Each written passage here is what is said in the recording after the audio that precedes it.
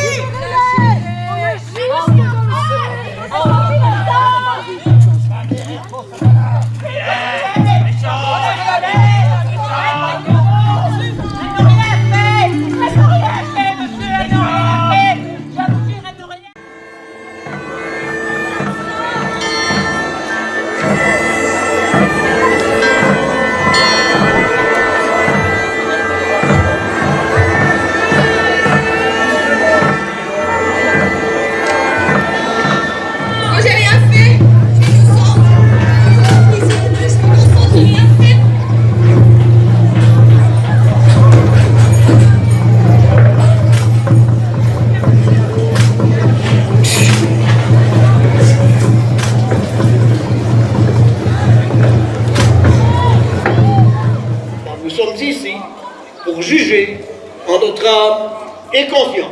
Soldats, faites asseoir les accusés. Joséphine Courtecuisse, femme de Baptiste Courtecuisse, laboureur à Sully, rue d'en bas. Tout le monde sait, monsieur le juge, il y a des sorcières à Sully. Tout le monde vous le dira. Mais je ne suis que leur porte-parole. Mais la Léontine du Lavoir est une sorcière et une mauvaise femme. Moi, il paraît qu'elle jette des sorts à tout le monde. Ah, on dit. Elle a 60 ans, la poitrine généreuse et l'arrière-train en rapport. C'est Joséphine qu'elle dit, hein. Sorcière, une mauvaise et une sale femme. Monsieur le Président, elle a cherché à attirer mon mari et à le séduire. Il faut dire qu'il est très bel homme. Elle est venue chez nous, un soir, à la muette. Vous vous rendez compte? Ce n'est pas vrai, Monsieur le Président. Elle invente. C'est une sotte. Elle raconte n'importe quoi. Elle voit plein de choses partout. Et son mari pendant ce temps-là. Menteuse que tu es, si c'est vrai, même qu'elle fait ça partout. Je devrais aller laver ta maison, c'est une vraie saleté, sans allure avec ça. Grognasse, va. Non, attendez. Chrétien, écrivez. Tracassé par la passion du désir, des Baptiste Courtecuisse vint à maintes reprises chez Léontine Desprez pour la regarder se laver derrière les tables. Voilà. Mais non, ce n'est pas vrai, mon mari est innocent. Cette queuse va me le payer, sorcière.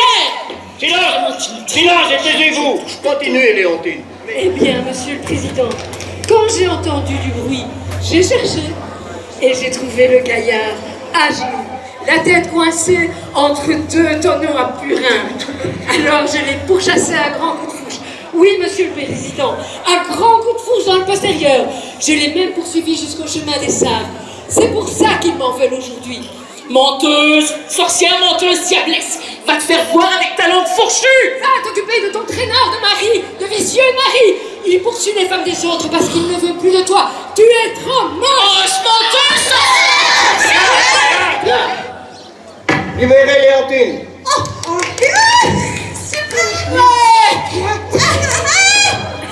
Venite sanctus perpetuum, venite veritatem Dei, descends du haut des cieux, auguste vérité.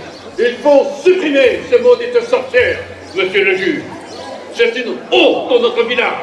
On dit qu'il se passe ici des choses diaboliques. Il faut arrêter cela. C'est que j'entends parfois des cris, des soupirs et même des hurlements autour de mon église. Et quand je sors pour vérifier cela, je ne vois rien. C'est maléfique, monsieur le président. Et ça se passe à quel moment? L'ONU pardi, lorsque les honnêtes gens sont cloîtrés chez eux pour la veiller. Il n'y a que le diable et ce maudite créature pour me tourmenter ainsi. vous dénoncez Jeannette Petit, Jeanne la folle. Oui. Tout le monde le dit. Et ce sont d'honnêtes gens qui parlent. Ce sont mes fidèles paroissiens. Voici les faits, tels qu'ils m'ont été rapportés par les habitants de Signy.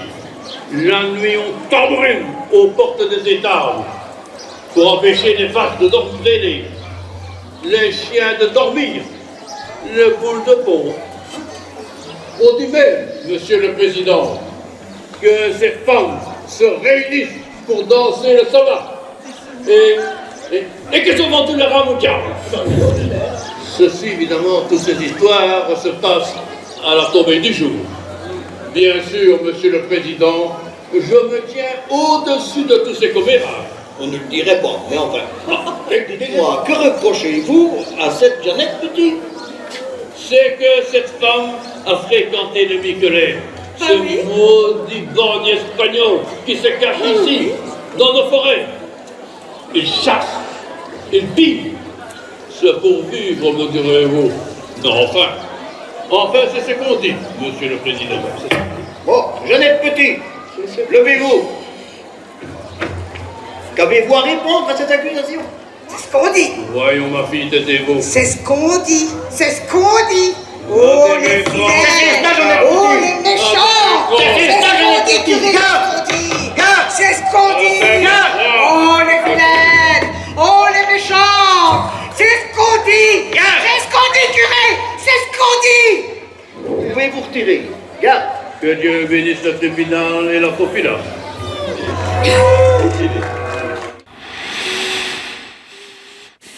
Nous en conclurons que monsieur le curé préfère en rester à la conciergerie de l'Espérance.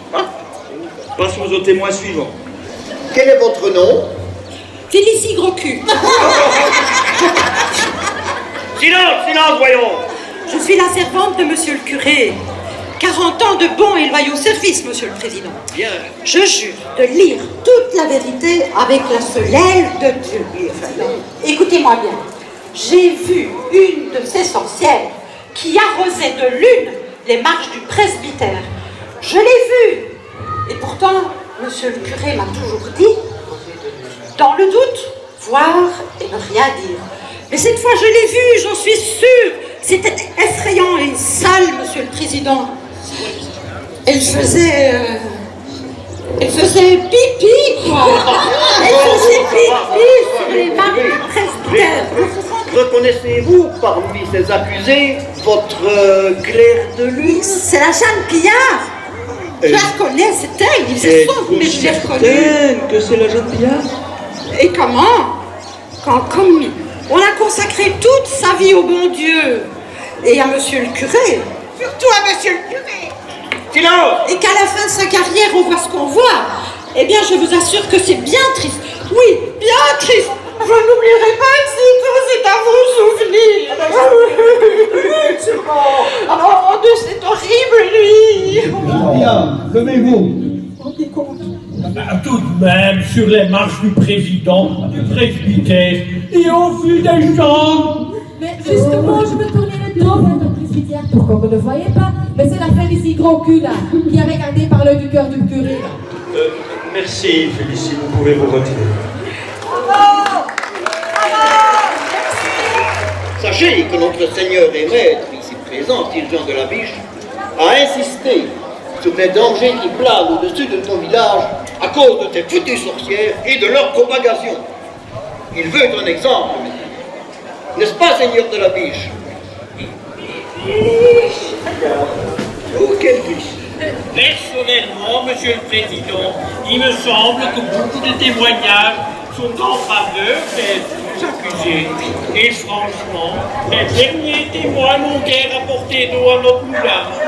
Les derniers témoignages sont bien maigres. Mais pensez-vous, Monsieur le Président, qu'en fouillant bien dans tous ces écrits... En attendant, faites entrer le témoin suivant. Greffier? J'ai fouillé, Monsieur le Président. Marie Mouet, servante de chez Maître Jean. Que Dieu me vienne en l'aide. Il en revient jamais. Qu'avez-vous à déclarer? C'est la Marsan, monsieur le juge. C'est elle, c'est une vraie diablesse. Et je dirais même plus, c'est une diablesse de diablesse. Mais des faits, mademoiselle. Il nous faut des faits, s'il vous plaît. Ne dit-on pas que le Nicolas Pierret, l'homme de la Marie-Pique, est mort après avoir mangé du mot fromage que lui avait donné la Marson, et qu'un enfant de Robert Poncelet, frère de la Marie, est décédé dans de curieuses circonstances, et la Berthelotte, sœur du Nicolas, ainsi que son enfant sont passés de vie à trépas après avoir reçu qui? Eh bien la Marson au logis. On dit même que la Marson, elle a été Pierre le Bailli, et que par un tel heurtement lui a causé la perclusion de tous ses membres. On chuchote que la Marson est une vraie sorcière. On chuchote? La Marsouilleur aurait des rapports avec le diable nommé Sophacle. Elle est allée aux danses diaboliques, à Sopha, aux attraits et aux Marius. Et on dit encore que l'on se tait lorsque le vent d'hiver ricane sous nos portes, et que le soir tisse ses voiles de mystère. Accusé Marsouillard, levez-vous. C'est elle, regardez-la, la sorcière qu'elle est. Regardez, regardez. Qu'avez-vous à répondre? Doucement, hein. Mais rien, elle ment. Bien sûr. Elle ment. T'es qu'une cornue de bénitier, là. Tu es une menteuse. Croyez-moi, je n'ai rien fait. J'ai jamais Elle est pathétique. Elle est ridicule. Oui, sorcière que tu es. Laissons glisser, laissons glisser. Bien, vous pouvez vous retirer, mademoiselle. Merci beaucoup. Monsieur le Président, sur base de tous ces écrits, je pense que c'est la Jeannette Huard, la plus sorcière des quatre. Je dirais même plus, c'est la plus sorcière des quatre. C'est d'elle dont on parle le plus parmi la population. Messieurs, ne jugerons pas sur le départ, mais sur des faits. Jeannette Huard, femme de Jean Robot, détenue prisonnière pour crime de sortilège, sur les articles suivants auxquels elle aura à répondre ponctuellement et catégoriquement. Accusé Jeannette Huard, levez-vous. Alors, Jeannette Huard, vous avez déjà été emprisonnée pour fait de sorcellerie. Oui, monsieur le président, et relâché parce que j'étais innocent. Et reprise aujourd'hui pour avoir recommencé. Mais j'étais innocente, je viens de vous le dire. Vous êtes de la race des sorcières, votre mère, votre tante en était. Je dirais même plus, votre mère et votre tante en étaient. Je sais que notre mère qu'on accusait de sorcellerie est morte en prison, mais jamais je n'ai pu avoir la preuve que c'est une véritable sorcière. Et quant à notre tante, j'ai entendu sur son compte que des histoires montées de toutes pièces. Ah, pourtant, par les témoins produits pendant l'enquête préparatoire, vous êtes accusé d'avoir touché Jacquette Levert. Il avait des oripeaux et du linge au robin, et par vos attouchements, lui avoir causé une perclusion des membres. Je demande qu'on entende le dernier témoin, monsieur le président. Jeanne Rasco, sans métier, chemin de l'Aille-Vif. Je jure de dire l'exacte vérité et que Dieu me foudroie si je mens. La Jeannette a bien touché la Jacquette Levert, même que j'y étais au Robin et même que sa sœur me l'a raconté. Eh ben tu sais quoi, la Rasco? Bon débarras. De toute façon, la Jacquette était une femme de mauvaise vie. Et sa sœur, c'est une folle qui raconte n'importe quoi. Silence, accusé! Et il y a d'ici 2 à 3 mois, la Jeannette Huard a frappé le petit garçon de ma cousine Marguerite Charon avec un sabot. Sitôt après, le garçon eut mal à la jambe et il s'est langui l'espace de 5 à 6 jours avant de mourir du dit accident. Mais tu mens, jamais de ma vie je n'ai frappé d'enfant. Silence, voyons. Et puis un jour, elle m'a appelé alors que j'allais chercher après une pouille. Elle m'a demandé de l'assister pour porter dans sa demeure un chaudron plein d'eau. Et puis ce faisant, il n'y a pas de faisant, mais elle, la sorcière, elle a mis sa main sur mon épaule. J'en ai attrapé des fièvres pendant des jours. Oh, ma pauvre Rasco, des fièvres pendant des jours. Mais monsieur le président, elles m'ont demandé-le. Tout le monde ici vous dirait que c'est une moins que rien. Maudite sorcière, suppôt de Satan. Ce n'est pas tout, monsieur le juge. Un jour, elle était dans sa demeure avec Henri, son serviteur. Elle lui montrait des bêtes qui couraient partout dans la maison. Et Henri, ne les voyant pas, elle disait « Les voilà! Les voici! Les voilà encore !» Et ce n'est pas tout. Un autre jour, un soir du mois de mai, la Jeannette est passée devant l'étable de mon voisin, le Jean Pierrard, où il y avait un bœuf. Cette sorcière a toussé et en même temps, le bœuf tomba malade et mourut. Le Jean t'a vu et j'étais chez lui à cette veillée. Silence! Tous ces témoignages vous accusent d'un C'est une sorcière. C'est Dieu mes crapules. Oh, j'ai toussé ça. C'est l'insulte des magistrats dont l'exercice On l'a condamné. Mais c'est vous qui m'insultez, ma jurée, en traitant de sorcière et de menteuse. Moi, je dis la vérité. Rien que la vérité. Avant de conclure, quelqu'un dans l'Assemblée souhaite-t-il témoigner en faveur de l'accusé? Quelqu'un quand même. Qui? Allez. Laissez ma maman tranquille. Elle ne vous a rien fait. Vous êtes des méchantes personnes. Oui, vous êtes tous des crapules depuis toujours. Vous voulez nous chasser parce qu'on n'est pas comme vous. Ma maman est innocente. Vous le savez et vous ne voulez pas l'écouter.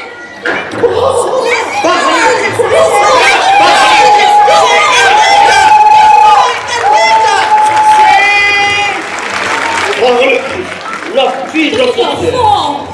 Eh ben, ça promet, hein. Oh. Bon, résumons-nous, messieurs. Nous avons, depuis plus de 3 semaines, entendu tous les témoignages et accusations. Et je cite des bœufs qui ne tiennent plus sur leurs pattes, des chèvres empoisonnées, des malades qui languissent et qui ont des soupçons contre Jean Tuard, et bien d'autres témoignages. Soit, au total, plus d'une bonne cinquantaine de dépositions et d'accusations fondées. En possession de ces confessions, charges, preuves et confrontations, la Cour a délibéré. Après en avoir délibéré sur les témoignages, charges, preuves et confrontations, la Haute Cour de justice de Sugny prononce ce jour, le 28 mai 1657, les sentences qui suivent. Chalet Petit, la Cour a retenu contre vous pour avoir fréquenté les Miclets. Oui, alors. Ces bandits espagnols. Vous êtes condamnés à 1 an de cachot humide.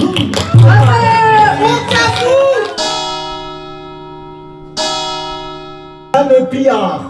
La Cour a retenu contre vous pour votre mauvaise conduite sur les marches du président, du presbytère, et pour avoir jeté des fleurs, des sorts au lieutenant Lavaux. Vous êtes condamné. Vous êtes condamné à 1 an de cachot humide.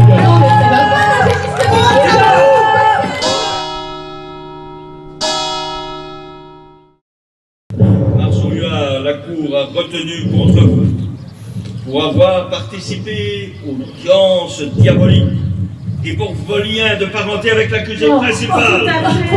Vous êtes puni de bannissement du duché de Bouillon.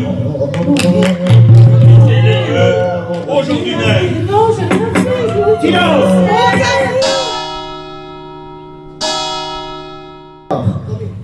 La Cour a retenu contre vous pour avoir renoncé à Dieu, pour avoir fait pacte avec le diable et assisté aux danses nocturnes avec lui, pour avoir donné la mort et autres cas mentionnés au procès, pour réparation desquels cas la Cour vous condamne à être pendu.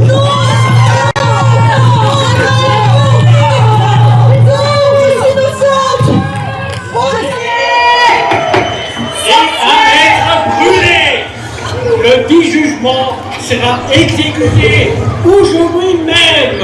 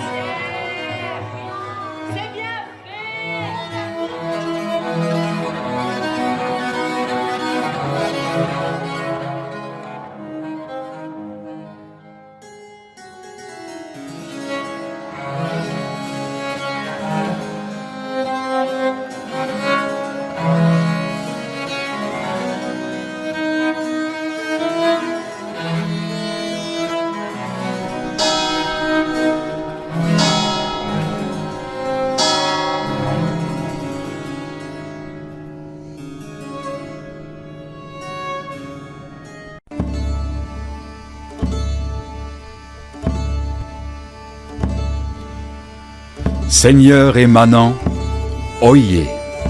Asservis et curés, pleurez.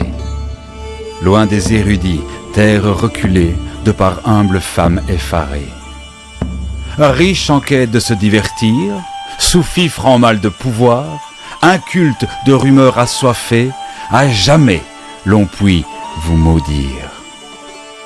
Honni soyez de par cette parodie de justice, temporelle et spirituelle, par la crainte réunie, de perdre face et d'imposer d'innocente le sacrifice, sur l'autel de présumé pouvoir, avait induit le discrédit. De tout temps, mise au pilori par des gens sans importance, issus de la populace ou de bonne engeance, pauvres sorcières dénoncées pour leur différence. Mise au banc ou à mort sur tout réseau, condamnée pour justifier les moindres mots. Triste cire élue, soudain dotée d'intelligence, donneront spectacle pour mettre en léthargie, adeptes de panurge, aveugles et soumis, jetteront quelques bouts de pain et réjouissance pour camoufler leurs excès, dissimuler leur impuissance.